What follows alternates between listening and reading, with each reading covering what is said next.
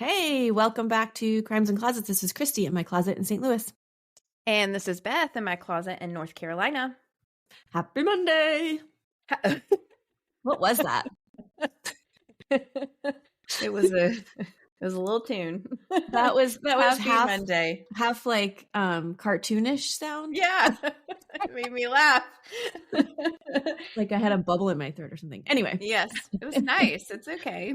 Thanks. Rewind. Well, we're and see here. it's back with us. Oh yeah. Here we are. Here we are. Another Monday on the block in the closet. Yeah. That's right. So we hope you guys are having a great October. Did you get do you have fall stuff out yet? No, I realized that the other day when I was looking up and I had because I have this home sign that you switch out the O, you know? Oh, yeah. And nice. It's like, I mean, it still is like a flower, which is fine, but I'm like, oh, I need a pumpkin. So yeah. I realized that.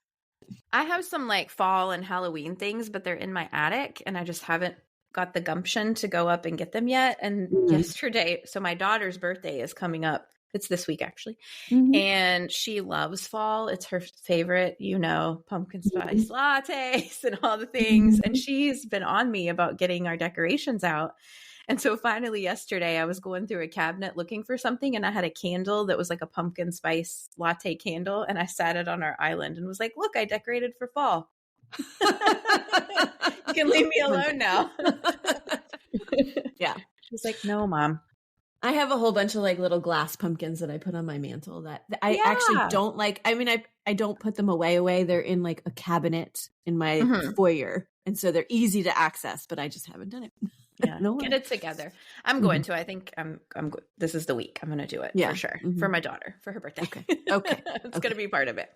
Okay. So yesterday I went and got my hair done.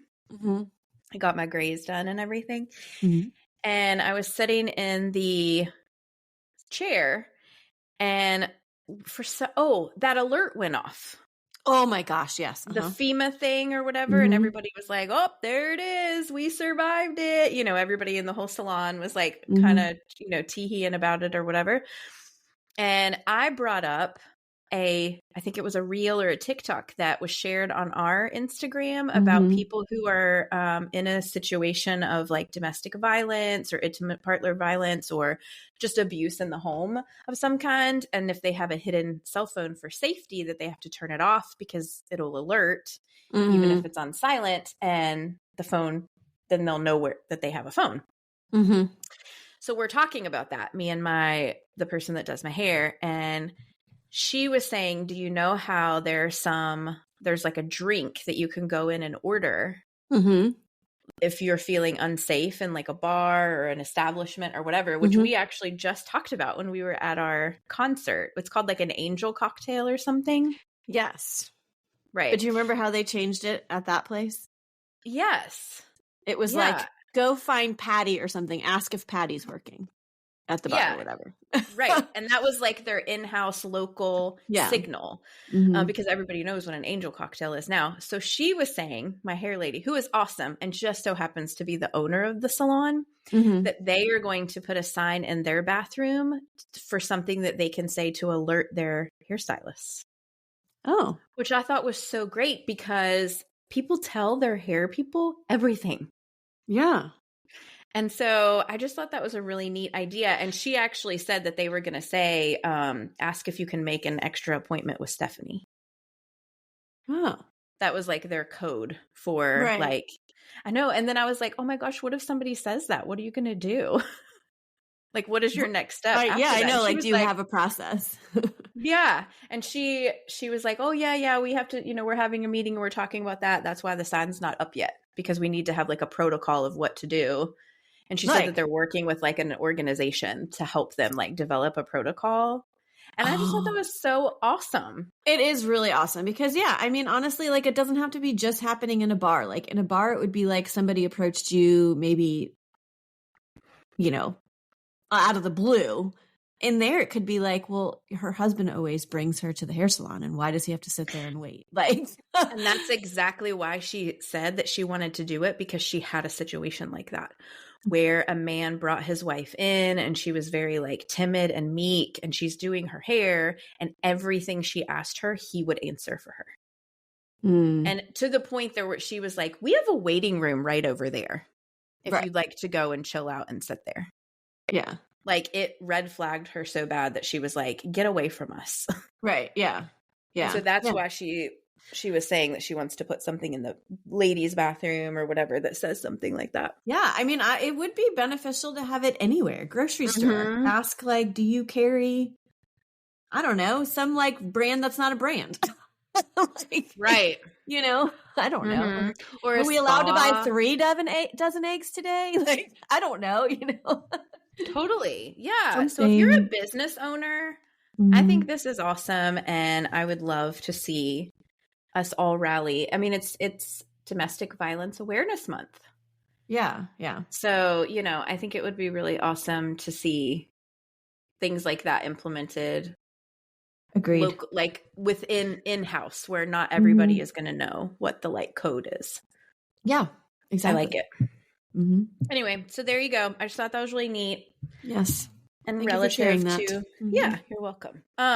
We also have a Patreon that we want to thank. We have Amy S in the closet in the house. Welcome, Amy S. Welcome, Amy S. Yeah. So that is all I have. What do you have? I guess, I mean, I don't have anything else except for another long case, which they just seem to be long lately, which is fine. So maybe we could stop just saying it and just be like, we just got another case. Long, short, doesn't matter. Yes. And we hope you enjoy. Yes. Enjoy it. And I guess here we go. Okay.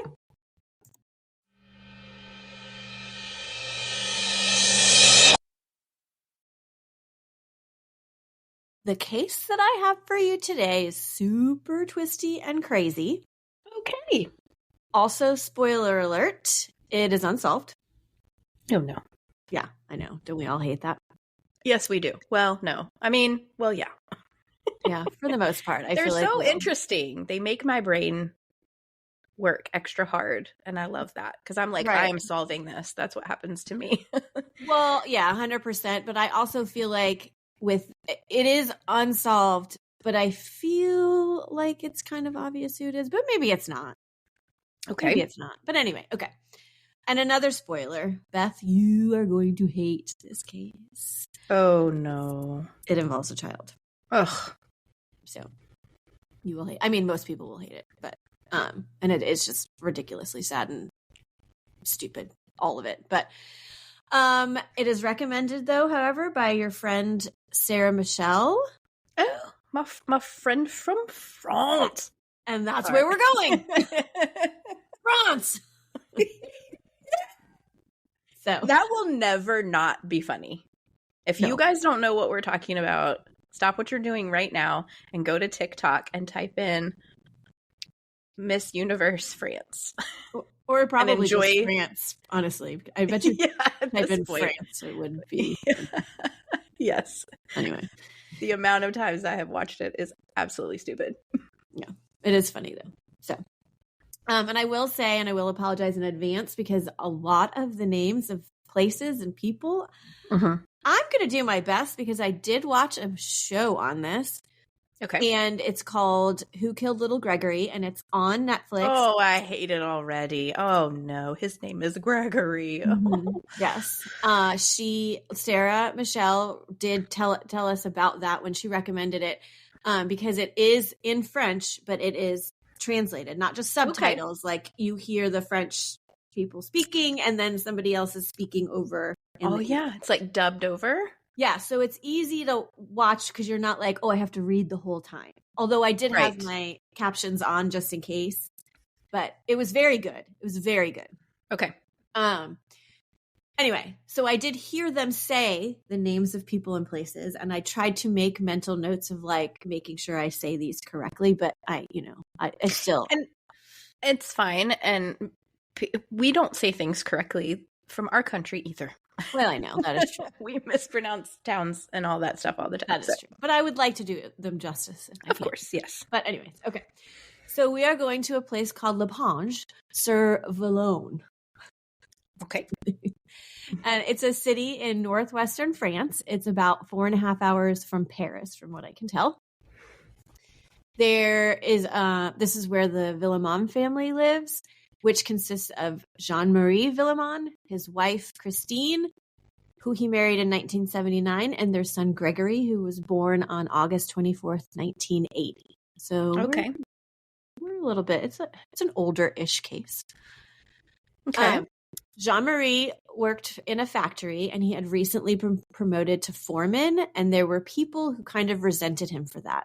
Okay. I know that they kind of explained why, but I don't know. It's all kind of silly. It's like they just didn't believe he should be boss for some reason, and just stupid. I believe Christine also worked in some sort of factory, but I don't think it was the same one.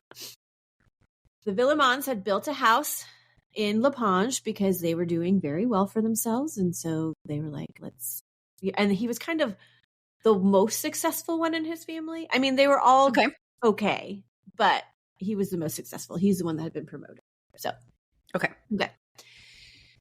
There was a very strange family dynamic, though. Family, like I said, they were all fine, but they also worked, a lot of them, in this factory. And so they were even annoyed that Jean-Marie had gotten promoted because it meant that he was their boss now.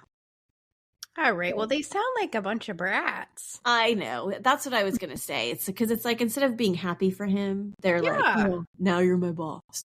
I would be like, hey, my family member's the boss. I'm taking an extra 30 minutes at lunch. Bye. Well, maybe. That's one way to look at it. Perspective is everything, people. That is true. Very true. Some people were also not a fan of Christine for silly reasons, but we know how family is, you know, not all family members get. It's like they thought she was snooty or something, you know, and it's like, come on, just get over it. Your family, people. Yeah. Anyway, okay. All right. So the family has also been getting some threatening phone calls for several years, and then some letters started at some point. So it's from about 1980, I think it might be 81, to about 84 that these letters were happening. Remember that one case we did when it was like letters for the whole town? Dude, the Circleville letters. Yeah. Mm-hmm. Yeah. Yeah, this kind of reminds me of that in this sense, but like this just to this family. Okay. So the calls and letters would come to family members, and the Villemins and Jean-Marie's parents, the family, including the Villemins, his parents, aunts and uncles, cousins, and they would always talk about disclosing like family secrets and family history. And it was often thought that it was someone close to them. In fact, some even thought that it was a family member that was making those phone calls because the things that they were saying or writing in their letters eventually would only be stuff that was known by someone in the family. Sure. Or at least super close to the family. Okay. So they would also say things like they were going to kill them or you're going to die. So it wasn't just like, oh, I'm going to expose you. They were getting like, you know, almost violent in nature. So there was hundreds of calls, and it was reported that they would get upwards of 27 calls a day. Isn't that ridiculous? Yeah, change your number. I mean, I feel like back in the day that was like not as easy as you I guess, but like 27 calls a day, I'd do the hard things to get it done, I think. Right, yeah. Well, and in this docuseries that I watched on Netflix, there's actually like recordings of some of them because they did just like start to record them, and then after a bit that's when the letters started and the phone calls kind of subsided because they were like, oh, you're recording us now. Oh. So also, how did that makes me think it was a family member, because how would they have known that they were recording them? Okay. So anyways, the person that is making these calls and sending the letters was nicknamed the Raven. So they did this apparently because there was some old movie, and I think it was a French movie, where this type of thing was happening, and they called it the Raven. Or I think the movie was called The Raven. So anyway, they dubbed this caller the Raven. Yeah. Whatever. Giving very Game of Thrones vibe. Oh, is it? I never, ever got into that. Remember? Oh my gosh, I freaking did. There's a Raven in that. Oh, okay. So this caller was particularly interested in Jean-Marie, often calling him the little boss. So kind of insulting him in a way. Like, you got this job, but you're the little boss. Okay. Whatever. One time the caller told Jean-Marie that he would damage his house that they had just built. Mm-hmm. Jean-Marie was like, fine, go ahead and do it. Burn it down to the ground if you want. I'll just build another one. So he was just like, you don't have anything on me. It's whatever. So then the caller went on to threaten Christine, saying the next time she came outside, he would hurt her in some way, and also described like how he would rape her, essentially. Oh, gosh. And even through that, Jean-Marie was like, okay, this guy's just trying to get to me. I'm going to remain calm. I'm not going to get all annoyed. So he just remained calm. But then the caller threatened little Gregory, stating not to leave him outside playing or he might disappear one day. And that's when Jean-Marie lost it. And the Raven was like, okay, found your weakness. It's your kid. Oh, no. So, in Where May... were the police, by the way? Were they involved? Like, were they reporting all of this activity to law enforcement? That they had, like, a stalker? Yes, I am fairly certain that they were involved. And that's how they started recording conversations. Okay. So, yes, I believe they were, but there's not a whole lot of, from what I can remember, conversation about like the police involvement during these calls. In May of 1983, the Raven sent the last letter that he would send and went silent for almost a year and a half. And it was stated, this will be my last letter. Okay. So then on Tuesday, October 16th, 1984, which is a year and a half after that last letter. Yeah. Christine left work just before 5 p.m. She went straight to the daycare to pick up Gregory and took him home. Apparently they didn't live far. It must have been all very close because it stated that she was like home and he was outside playing by like 5:03. So like clearly like go to the daycare. It's on the way home. It was a bit chilly. So she put a hat on Gregory and let him play outside. And there was this big pile of gravel in front of their house. And I believe it was stated that it was like left by the house builders that, whatever. And so Gregory was outside playing near that gravel or with the gravel. Cause little kids, they like playing with rocks. And he's how old? 4? He's 4. Okay. Oh gosh. Yeah. He just turned 4. He would have just turned 4 in August of that year. So Christine went inside to get some stuff done around the house. I'm sure change her clothes, get comfortable. She was ironing. And after about 20 minutes or so, around 5:30, she went out to check on Gregory. And when she went outside, Gregory was not there. She jumped in the car and drove around.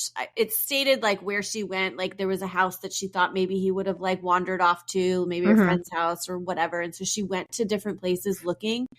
But when she couldn't find him, she came home and called Jean-Marie. And then they also called the police. Within minutes, 15 police officers were there searching. Whoa. Okay. Yeah. Around the same time that Gregory went missing, Michel Villemin, which is Jean-Marie's brother, got a phone call from the Raven. So he's been silent for a year and a half. Oh my God. Okay. So right around 5:30 is what Michel is saying. The caller said, I killed the boss's son and threw him in the Vallone River. My revenge is complete. Oh, no. And so I don't know if they didn't go and search the river right away or they didn't believe him or I don't know what, but it's not until 9 p.m. that they find little Gregory's body in the river and pull him out. So this is like at 5:30 he gets this phone call and they don't find him till 9. And they essentially told him where they put him. But who knows? There's probably also... Well, it's a river. I mean... A river. Yeah. Like... Rivers move. You've got an area to cover when it's that. So... Okay, cool, so baby. I know. They pull him out of the Vallone River. His feet and hands were bound by rope, and the rope was twisted around his neck, and his wool hat was pulled all the way down, like covering his face completely. And when they lifted the hat up, everyone noticed and like commented on how peaceful his face looked, as if he was just sleeping.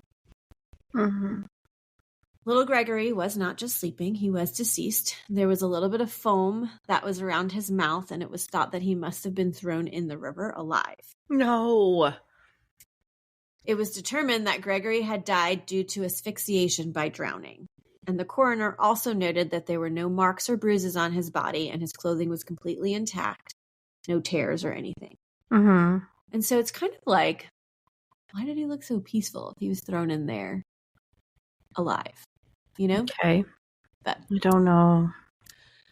So the following day on October 17th, the Villemins received a letter. It stated, "I hope you die of sorrow from the loss of your son. Your money will not bring your child back. This is my revenge." This person sucks. Yeah. I don't understand getting revenge in any way. But like, if you do something besides kill a child over your revenge. An innocent 4-year-old. Yeah. Uh-huh. Wait till you see a picture of him. You might want to oh no, it's going to ruin me, isn't it? So dang cute. So of dang course cute. He He's got his is. little curls. Oh no. Okay. This letter was mailed from the Lapinge post office and was postmarked the day before at 5:30 p.m. So the day he went missing, right around the same time he went missing. So it's unclear if it had been dropped off like earlier in the day and then it just got stamped at 5:30, right, or did it get put in and someone grabbed it immediately? And nobody can say that. They just, sure. It happens when it happens. It was thought that their suspect must be very close to the family and that they would catch them quickly and that they must live somewhat locally in the area to know, where to go mail the letter, where to throw him in, that he would be found, clearly calling the family members. So the week before the abduction, Jean-Marie and Christine had his brother Michel and Jeanette over for dinner. And they were like talking a lot about, because, they're just proud of the fact that they've made something of themselves and they're doing well. And so they're like, oh, we're putting a new garage in. We got a new car. Here's our new leather couch. And so they're, in Michelle's eyes, bragging about all this stuff. But they're just like, look, we're doing so well. Let somebody be happy for us, kind of thing. Sure. So, but I think initially it was thought like, oh, well, Michelle's a little bit mad that he's bragging. And so maybe he could have done something to I don't know that panned out to be anything. I know it didn't, because they didn't really talk much about that. But that was definitely mentioned as if, well, this could have been like, oh, he's jealous and revenge. Mm-hmm. So then they started looking into all the family members, starting with his brother, again, since he may have been jealous of him. And they decided to test the handwriting of all of the members of the family, because they have all these letters from this raven, so to speak. And so they were like, let's just get everyone to give us samples. And this was also like in the movie, The Raven, that I spoke of earlier. So like they're taking pieces from this movie. There's like 70 family members around that they have to test. So they have to get samples. So it takes them quite a bit to like get samples from everyone. Police also go to the funeral, which is days later, to keep an eye on each person there, because they thought it was possible that the killer would be at the funeral and maybe they'd be able to tell by how they're acting or whatever. Might react in some way that would tip them off. But I don't think that they saw anything. The weird part about this is that the family kind of doesn't really cooperate with police very much. It's like they don't want to talk to them for some reason. And it's like... Well, because they're suspecting someone in the family is responsible. Right. And I understand that part of it. But also, if you didn't have anything to do with it, then why wouldn't you just want to figure out what happened to Gregory and be like, okay, fine. You can think it's me, but here's the reasons why. I can prove it wasn't me. Right. So now go find somebody. Like, get off of us. Right. Kind of situation. Also, they couldn't trace a phone number? Was that not a thing in like the 80s? I don't know when. Star 67? What was it called? Star 69. That's when you could call and you could find out what the last number that called you, right? Pretty sure, yeah. But I don't think so. I feel like that was 90s. remember doing that. Oh, yeah, it was in the 90s, I guess. But like, you would think that law enforcement could pull phone records, like... I don't know. To see where the calls are coming in from, especially because they were going on for years and years. Right. Yeah, I don't have the answer to that. Huh. I'm sorry. That was not mentioned. Maybe France doesn't have Star 69. Well, and that I was going to say that, like, it's different in different places, and they may not have had that. Like, we had it in the 90s. Maybe they have it now. Not that I'm saying they're behind us, but like, it's possible. Right. Yeah. Okay. Also, this was like kind of like more of a remote part of France. You know, okay. It's not like a bustling city like Paris or anything. Okay. So, okay. All right. So, and I also did not technically look up like what the process is in France, but it's definitely different than ours because they assign a judge to like investigate the case. Oh. So he's called like an investigative judge. Oh. So it's like his job to like prove that people should be brought up on charges. So there is a judge assigned to the case, and his name is Judge Lambert, whatever. There's lots of speculation about this judge, about how he's kind of like he can be influenced very easily, and almost, I'm not saying like somebody could have bought him off, but I was going to say, is he corrupt? I mean, I don't want to go that far because I don't know if he was, but he definitely mishandled this case, and I don't know if he did that with other cases in the past, but he definitely kind of mishandled this one pretty drastically. Oh, great. Oh, poor Gregory. Yeah. Okay, so the judge decided he was going to do a reenactment of the crime. So, which that makes sense. I totally agree with him on that. So they threw this dummy into the river that was about the same weight as Gregory. And it kept like getting caught on branches and stuff like that. And like, it was kind of in like a violent part of the river. And so, you know, there'd be rocks and stuff. So they were like, well, if he was thrown in here, he would have marks on his body. His clothes would have been torn up. None of that had happened. So like, well, maybe this isn't where he was thrown in. So they then went to a different part. Oh, also, he didn't have, along the lines of the bruises, he didn't have anything like bruising around his arms and legs either from the rope, which if he was thrown in alive, don't you think he would have been like strangling against the rope for sure? So they started to think, well, maybe he was either sedated or already dead. But they did say he had water in his lungs. So he must have been sedated because there's no way you'd have to be breathing to have the water in your lungs. Right. Okay. So they start to investigate other areas in which he could have been thrown in. And so there's another little like stream that's a little bit more secluded because where they were testing it, it was like kind of in the open. And they're like, well, somebody would have seen this person throwing this body. Right. Because it was like 5:00, right? Yeah. So they went to this more secluded kind of area, and it's a smaller stream that would flow into the Valone River. So he would go in that direction. And near one of these areas, there was an insulin needle that was found. So then they started thinking, well, maybe he was, remember we had that case where the guy they think was like killed with insulin? Yes. So Cochrane, right? Yes. Yep. Mm-hmm. Exactly. And so they thought, well, maybe he was like sedated enough with insulin so that's why he was so calm. That's why he looked calm, because he was unaware of what was happening at the time. But unfortunately, the coroners did not look for needle marks on him before he was buried when they did that, because they had no reason to think to look for that. So they thought he drowned, right? Yes, okay. Yeah. And I don't know if they just don't exhume bodies, but I don't think that they even thought about exhuming his body to go and check and see if he had a needle mark or not. Okay. So I don't know if that's... Or they can test his blood to see like if he had any kind of substances in there too. Right. Well, I mean, not now, they can't test his blood, but tissues, they can test tissues. Right. But no, like exhumation was never even like discussed in any of this. So that's why I'm wondering if maybe they just don't do that there, or didn't do that there back then. I don't know. Or maybe it was just like, you know what, we're not digging up a little 4-year-old. But, oh my gosh. I don't know. Anyway, so during the investigation, they heard from someone, from some who had gotten the calls from the Raven that the voice on the line was a woman's voice. And so when they went back to some recordings, they realized, oh yeah, there's some that are men and they're trying to disguise it. And so it did sound like kind of like a man, but when you listen closely, it's actually a woman. Okay. So then they start thinking, oh, well, maybe there's a man and a woman behind this. Like there's 2 accomplices, because we know there's a man, and because there's a clear man's voice, and they just figured out that there was a woman's voice. Okay.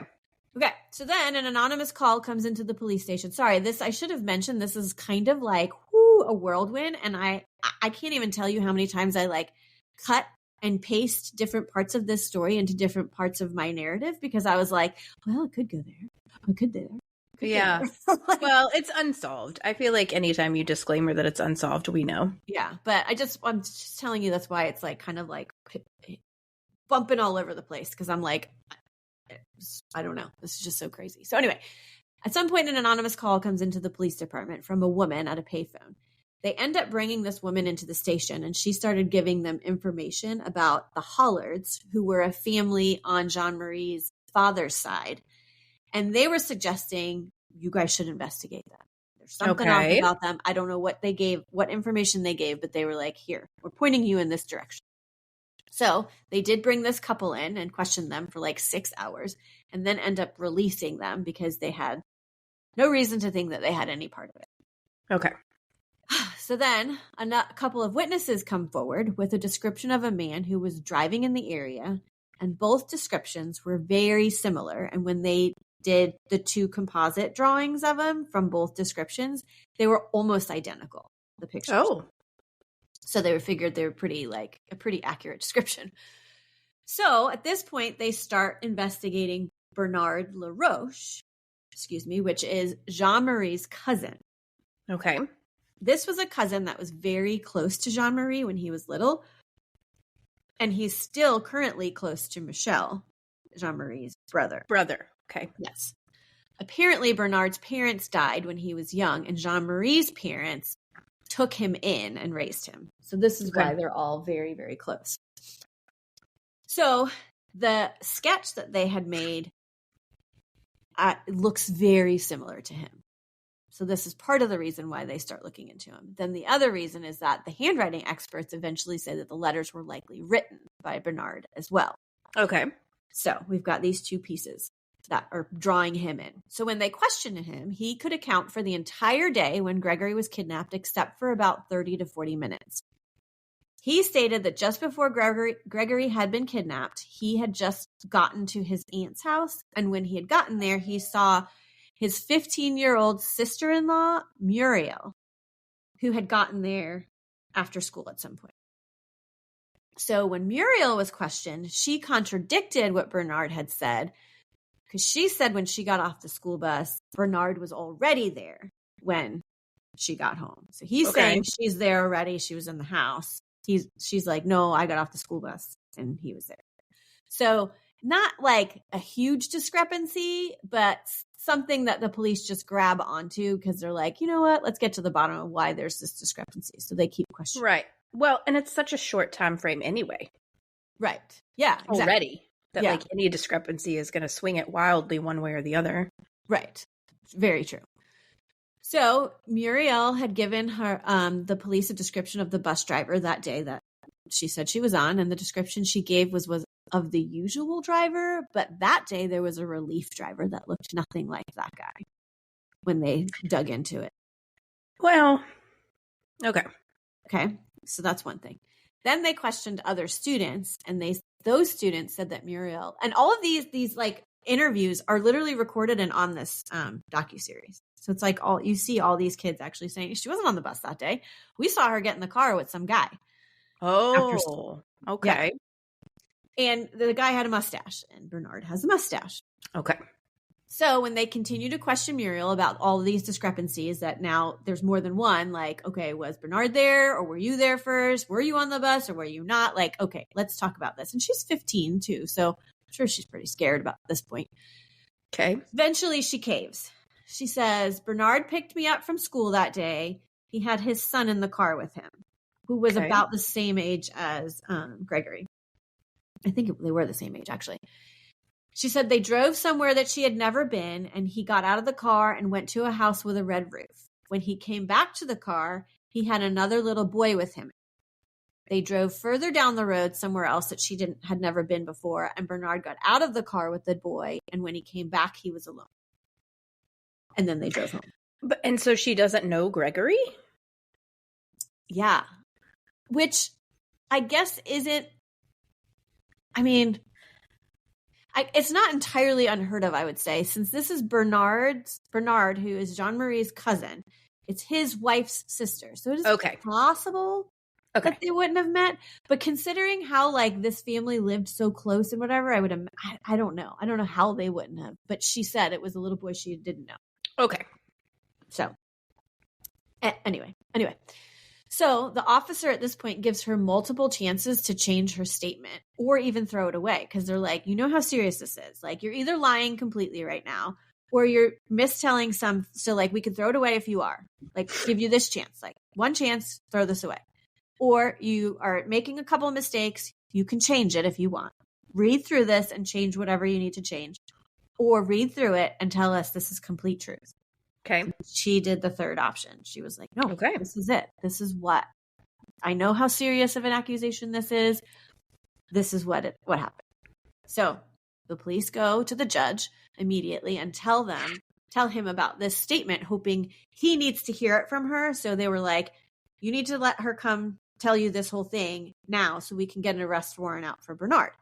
Well, the judge, it was Friday afternoon and he was on his way out of town and was like, I don't have time for that right now. Tell her to come see me on Monday morning.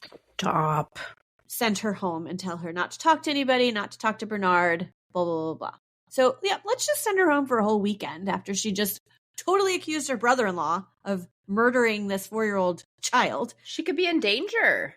Right? That's what I'm saying. This judge is not cool. Not cool. Okay. So they drive her back home and apparently Bernard is like pulling up as they're bringing her to the house. Okay, so, great. Anyway, but she does come back and talk to him on Monday. Okay. And she gives the same testimony and he issues a warrant for his arrest and Bernard is arrested on November 5th, 1984. Okay. But I told you this isn't solved. So you clearly know this isn't the end of the story. Right. Jean-Marie had made a public statement prior to this that if he had found his son's murderer, he would shoot him dead at night in his own house. Clearly grieving father, like I probably would make some sort of statement like that as well, I would say. But well, maybe not publicly, but yeah. Well, no, probably not publicly. But anyway, so needless to say, people were worried about Bernard's safety when this came out because they're like, oh, great. Jean-Marie said he's going to kill whoever did this. Okay. So in an interview in this docuseries that I watched, one reporter who was on the Villemin side the whole time and did believe that it was Bernard, had done some digging and investigating on his own at one point. And he was telling this story in the docuseries about how he went to this woman's house. I cannot remember how she was related to these people, but I think it was Bernard's aunt. He said he spoke to her for a little while and then all of a sudden out walked Bernard from one of the bedrooms, like he had been there sleeping. Mm-hmm. And he asked her like, hey, why is Bernard here staying at your house? And she was like, oh, he's been staying with me for a little bit, whatever. And the reporter's like, well, why? He has a wife and kid. Like, why is he staying at your house? And she was like, well, ever since the child's murder, he's been scared and he's wanted to stay here. So it's brought to our attention later on in that docuseries that he probably was scared and needed a place to stay because he was afraid of Jean-Marie and what he might do. Right. Since he said he would kill the murderer. Mm-hmm. So it is unclear, though, whether this whole thing happened prior to him getting arrested. Right. So it was like, was he feeling guilty and knew he was a murderer? So he's like, I got to get out of here before he figures it out. Yeah, he's like pointing the finger at himself. Right. So I don't know. Like, clearly that speculative, but I believe it personally. Anyway. In a press conference, though, at some point, the judge mentions Muriel and parts of her statements at which she has made against Bernard and mentions her by name, which is completely inappropriate to do. Talk about witnesses and naming them, especially if you're trying to, because I don't think at this point many people knew that it was her that was saying stuff. Okay. And so I'm sure then people are pissed at her. The family's pissed at her. Probably her sister's pissed at her because she just accused her husband of this. So days later, Muriel comes back in and recants her testimony. She says the police coerced her and told her what to say, that they threatened her with juvenile detention if she didn't say what they wanted her to say, and that that they even drew some of the like diagrams of the roads that they took and whatever, and just told her where they were going. Okay. Anyway. Okay. So, but clearly this is a problem that your star witness is saying. Right. Nope, I lied. even though they made sure a million times over she knew the severity, and are you telling us the truth? But anyway. And really, that whole weekend in between points more towards her telling the truth, I feel like. Right. I would say. Yeah. Yeah. But anyway, so she recants. And she's 15. And I want to say that years later, they talked about how it was kind of like illegal for them to have held her to talk to her for as long as they did. So then there was like that issue. But I feel like that didn't happen until like years later, because she's 15 and she didn't have anybody with her. So anyway. Right. So some months later, the courts invalidated the handwriting tests that they did, which was now one less thing that they had against Bernard. And so although still skeptical of him, they released him on February 4th, 1985. Okay. At this point. So did they essentially drop the charges? Is that what that means? Like, I don't know if they technically dropped. I don't think they dropped the charges. I think it was just like, we can't hold you for this until we need to prove it. I don't know like how that works, because things confused me. I got it. In this. So sure. If anybody knows the legal stuff, which maybe is Sarah Michelle, I don't know. It's weird. It's very strange. So at this point, the local police are taken off of the case and the national police are put on. Okay.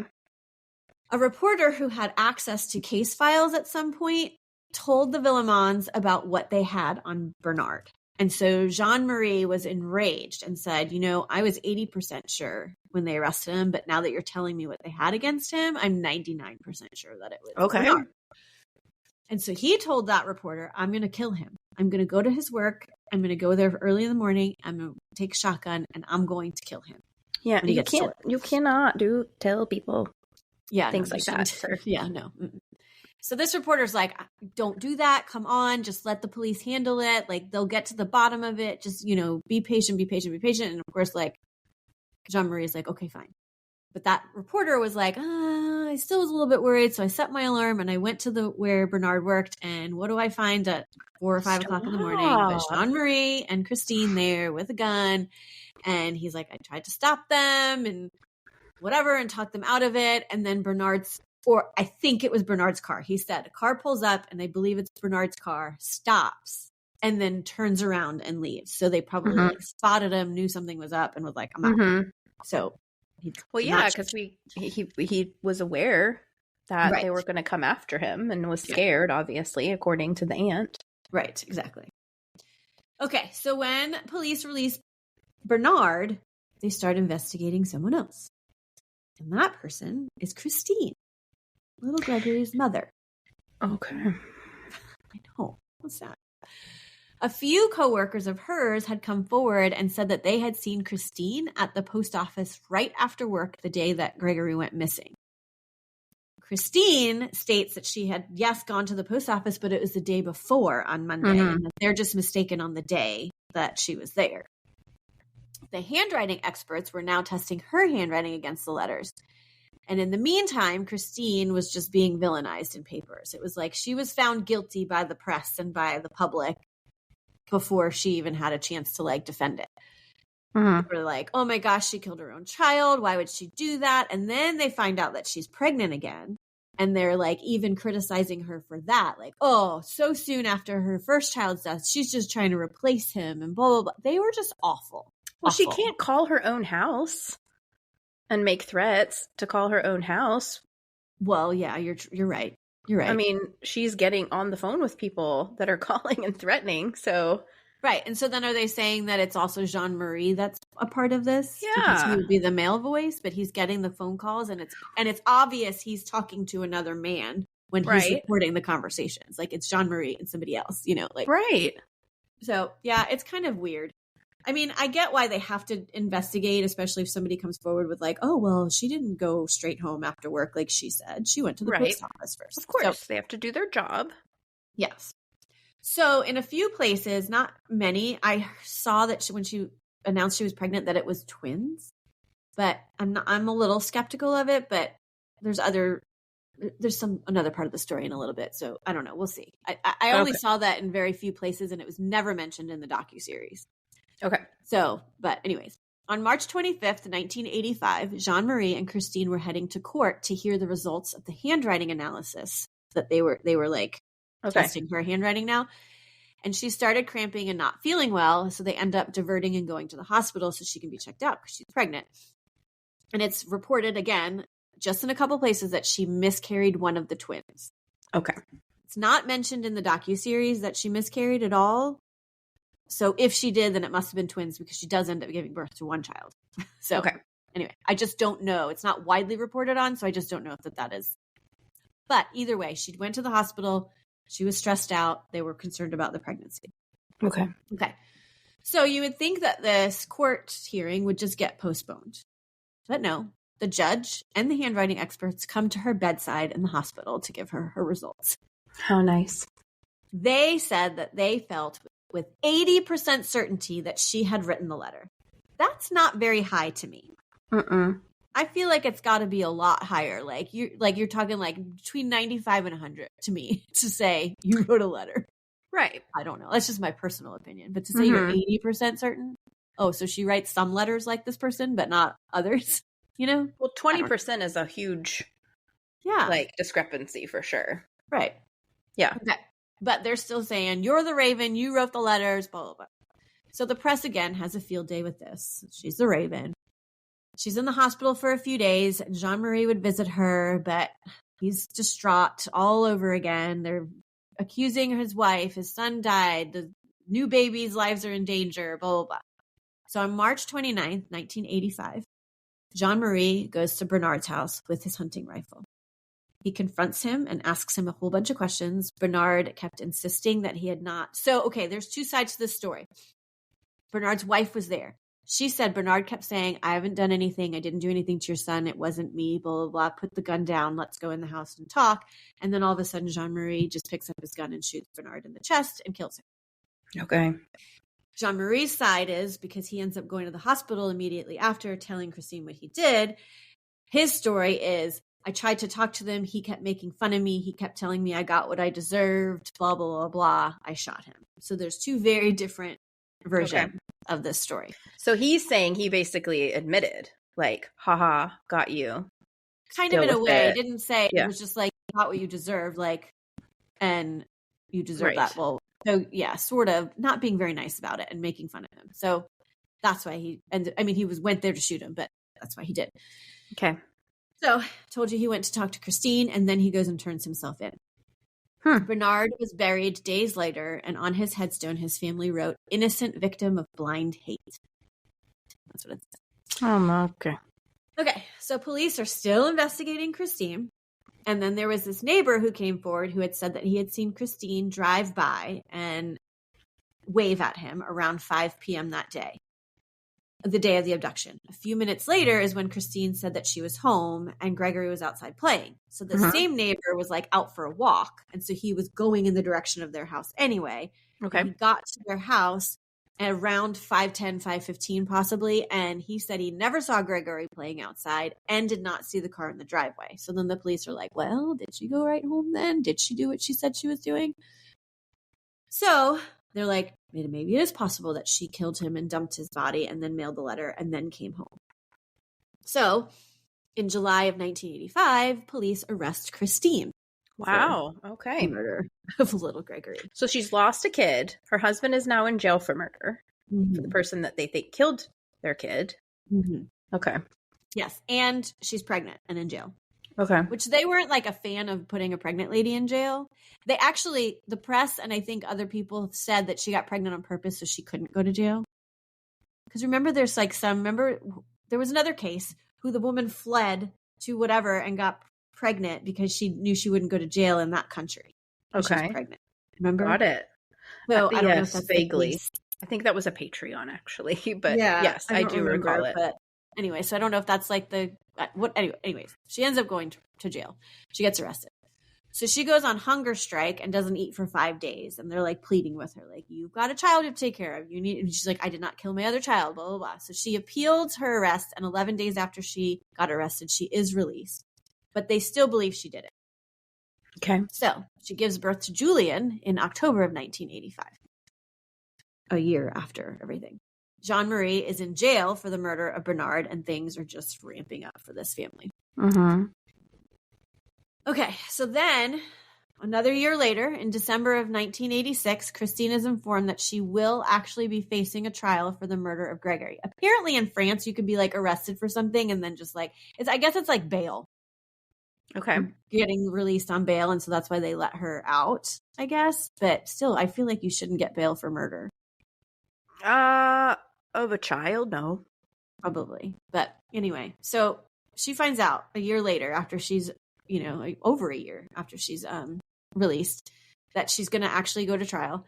And not long after this, she's found unconscious because she had taken a bunch of tranquilizers because she couldn't fathom the thought about facing murder charges of her own child. She does survive, though. I was going to say, she has another baby that she has to think of as well. Yeah. Apparently, she took the tranquilizers, picked up Julian, hugged him, put him back into bed, and then took more. And so he was in the room with her, but I don't really know if that's true or not. But that's what was reported. Okay. So after the Court of Appeals heard her case, they said that she could not be brought to trial based on what they had, and that they needed more, and that Judge Lambert, Mm-hmm. I want to say Lambert because that's how it's pronounced, but it's like Lambert. Okay. He needed to redo his 450-page report that he had done on this case. Okay. So I told you, like, redo it. All right. So, and he was like scrutinized for what he was doing at this point. So I guess it's like the branch of the court saw how haphazard things were done and just wanted to make sure that they had like an airtight case if they were going to bring it to trial. So my guess is that's why they had him redo it. But he was also just a dipwad. Okay. He was. I mean, I feel bad saying that, but he was. In December of 1987, after about 2.5 years in jail, they released Jean-Marie on bail. Yeah, they like know this man killed Bernard, and they're still releasing him on bail. After 2.5 years. After 2.5 years. That's what I'm saying. I don't understand the judicial system, I guess, in France. Okay. Okay, so however, in late 1987, Judge Lambert ends up being removed from the case and a new judge is assigned. Judge Simon, or maybe it's Simone, I don't know, said he has a good reputation and he's now on the case. So he does things very thoroughly. He took it very seriously. He really wanted to find justice for Gregory. So he decides to do his own reenactments of the crime. The ones he carried out took a lot of thought and planning, and he did a lot of the same things that Judge Lambert did. Only Judge Lambert's took 3 hours and Judge Simone's took 3 days because he was doing things a lot more thoroughly, trying different places that he could have gone in the water, all that stuff. So he even did reenactments of the route that Christine had to have taken had she done the crime in the time frame that she would have needed to do it in. And they figured out that it would have been impossible for her to do that in that 25 minutes that she had. She would have had to be a race car driver to do it because of like all the windy roads that they had, that there's other traffic on those roads. And sometimes you need to stop and like pull off to let somebody else by. And they're like, there's just no way she could have done that. It's not feasible. Okay. So then they also did the reenactments in all the different possible places he could have been thrown in. They found a spot at some point. I don't know if it's during this reenactment. I'm assuming it was actually at the time of the initial investigation because this is now years later. But they went to a spot where they had fresh tire tracks and boot prints that were women's boot prints.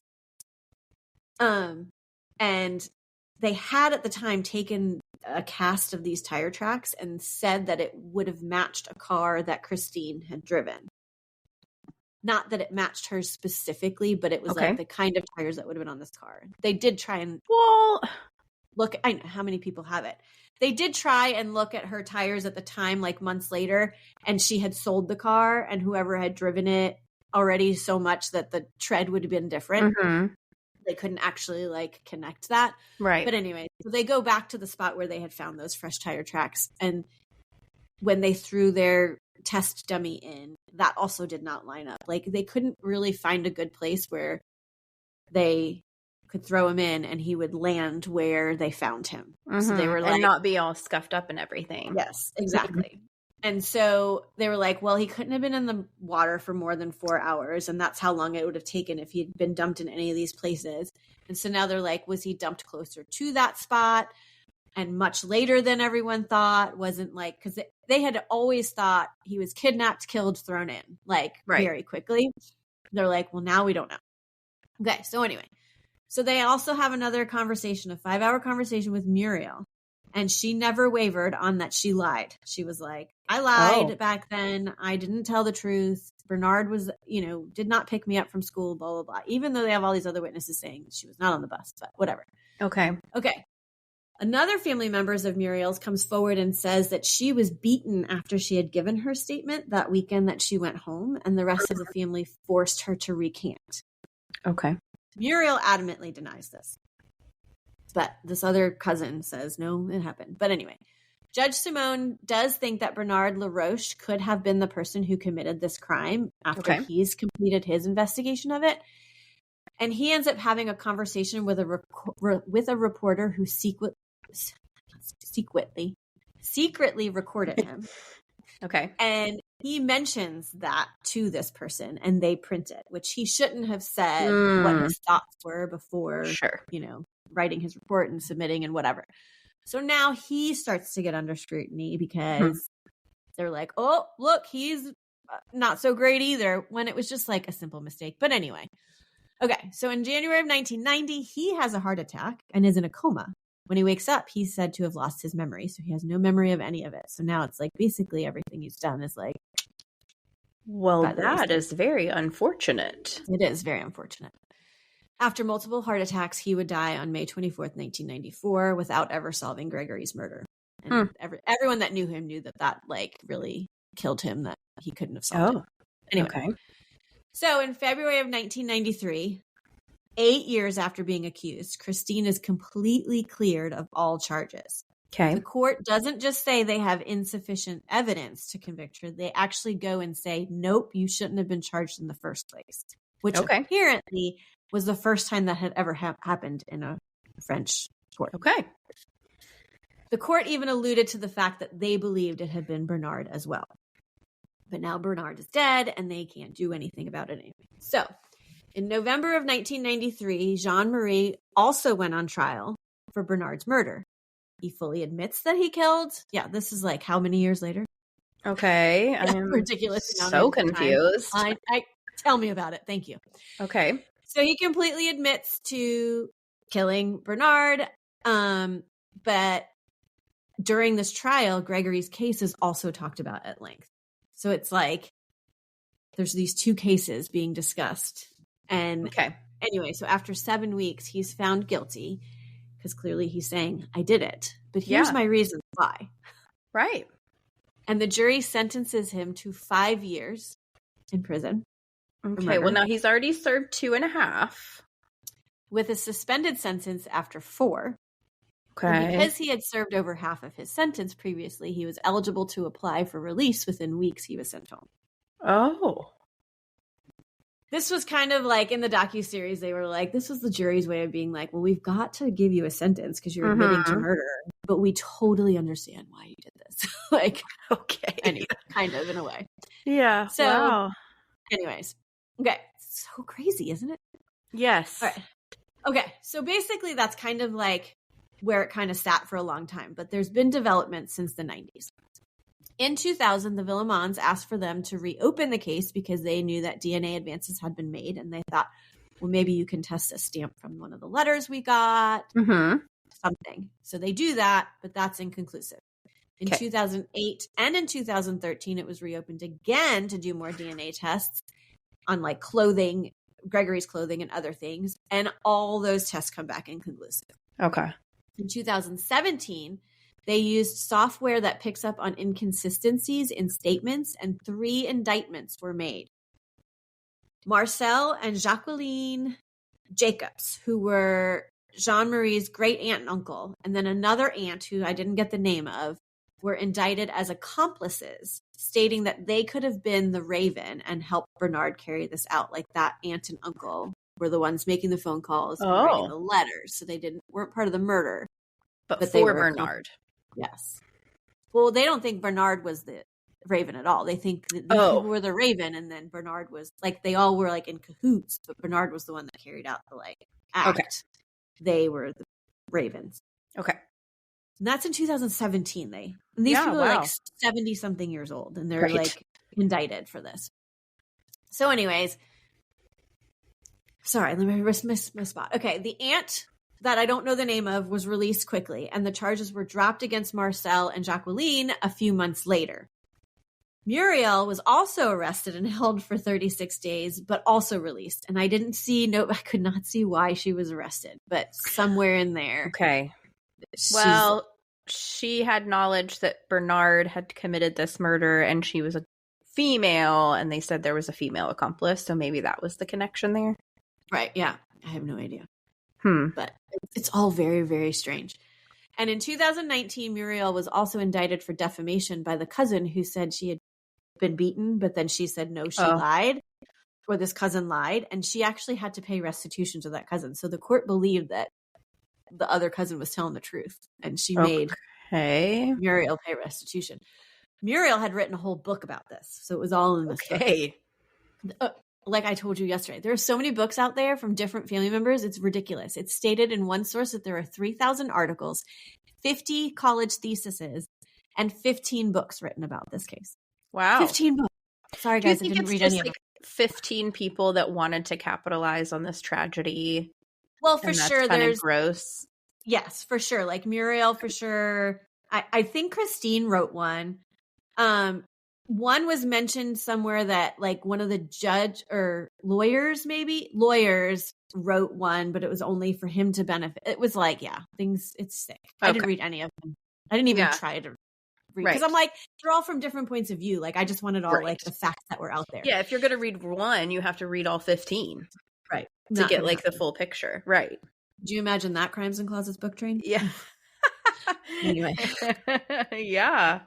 All right. So Jean-Marie and Christine end up moving to Paris to get away from all of this and now have 3 children. I was actually going to ask if they stayed together after all this. They did. And it was obvious through all of it. Everyone always talked about how much they loved each other and stood by each other's sides. And like, if one got out of jail for a day, like they're holding hands down the street and like they stuck by each other's sides. They were both given compensation for egregious miscarriage of justice. Wow. Okay. Jean-Marie's record is now technically clear due to some law in France. And I'm sorry, I did not investigate it, but I think it's like after 10 years, it's wiped. I feel like maybe after murder, it shouldn't be, but that's just my, I have nothing against Jean-Marie. So I'm not trying to say he should have a clean Well, record, if he shot an innocent man, that's a problem. Well, it is a problem. Well, I just don't. Shooting people, period, is a problem. But especially when, like, this is why you can't be, like, your own vigilante, because you don't know. Right. There is a process. Exactly. Trust the process. Yeah. So, anyways, sadly, Little Gregory's case just remains unsolved. Yeah. However, I do have my opinion that it just seems like it was Bernard. But I don't know.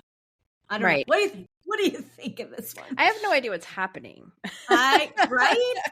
Sorry, everyone. I mean, like, the whole letter thing and the raven and the woman being involved, I don't know if it was Bernard, he got what was coming to him and justice was served, but we just don't know. And that's what's unfortunate is like, right. But Christine and Jean-Marie probably, I guess they feel like, well, maybe the court didn't get him, but we did. So we're just going to move on with our life. Right. Well, and I will tell you that his wife, which I cannot remember her name for some reason, Bernard's wife, has tried to sue the newspapers and like publications for like defaming his name. And she never wins because it's like everyone believes that it's him. So they're like, we're not defaming his name because he's a murderer. But also, I forgot to mention this. I don't know how. I told you when I probably forgot something when I was writing this up. It was in the docuseries, I believe, that that woman that called from the payphone and steered them in the direction of a different family member was Bernard's wife. Oh. Well, that makes sense. So anyway, it's all very sad. It's so sad. Very interesting and very twisty and like, very France. Yeah. Exactly. Anyway. Yeah, that is some twisty business up in there. Yeah. Mm-hmm. Good luck, everyone listening to that. You might have to listen again to get everything. Right. And also, every time you said Bernard, it always reminded me of Bernie, like Cousin Bernie. Oh, yeah, yeah. He was like Cousin Bernie. Yeah. Mm-hmm. Poor Gregory. I know. Oh, gosh. Look up a picture. Literally innocent. And what was the point of it? Seriously. Mm-hmm. Yeah. You want to get revenge on Jean-Marie? Burn his house down. For I'd what? rather see you do that. Job. Right. They're mad at him because he got a job. Right. I don't want you to do anything. I don't want you to get revenge at all. But why did it have to go that far? Yeah. I don't know. Throw eggs at his house. Yeah. I don't know. TP it. Key his car. Yeah. Don't do any of those things. But like, don't also abduct and kill children. Okay. Oh, gosh. That's terrible. The whole thing is terrible. I do think that whoever was threatening them is the person that's responsible. Oh, 100%. Yeah. For sure. But it could be multiple family members. Well, yeah. That never thought it would really actually come to fruition that someone would end up getting hurt, and then one of the family members, Bernard, took it too far. Right. Yeah. Yeah. Wow. That is a twisty case. Well, thank you so much. I feel like that probably was some kind of something. It was. You did mention that there was a very long documentary that you had to watch. However, I have gotten no other details about it until today. So yeah, no, but it's very well done. It's five parts, not 6, like I said. Okay. But, it was very well done. It's definitely worth the watch. I mean, okay. I told you a lot about it, but there's other stuff in there that you'd be interested in. So. Okay, well, thank you, Sarah Michelle, for sending in this case all the way from across the pond in the lovely France. And did she say how she knew it? Was it just like a big case? And so, I think it's a huge case. Like if you look up Lepage-sur-Volon, it says whatever, a small commune in the northwest of France, commonly connected with the case of Gregory Villemin. Okay. Like that's what Wikipedia says. So it's like huge. This case was huge. Like what they're known for. Yeah. Okay. All right. Well, thank you very much for sending it in and for trusting us with it. And it is always fun to step outside the U.S. a little bit and learn about the different ways that other countries do stuff. Yeah. Although I didn't really learn because I was like, I didn't even take more time and investigate what the judicial process is. Right. Yeah. We don't have the brain space, but that was interesting. So thank you very much. We hope you guys enjoyed it.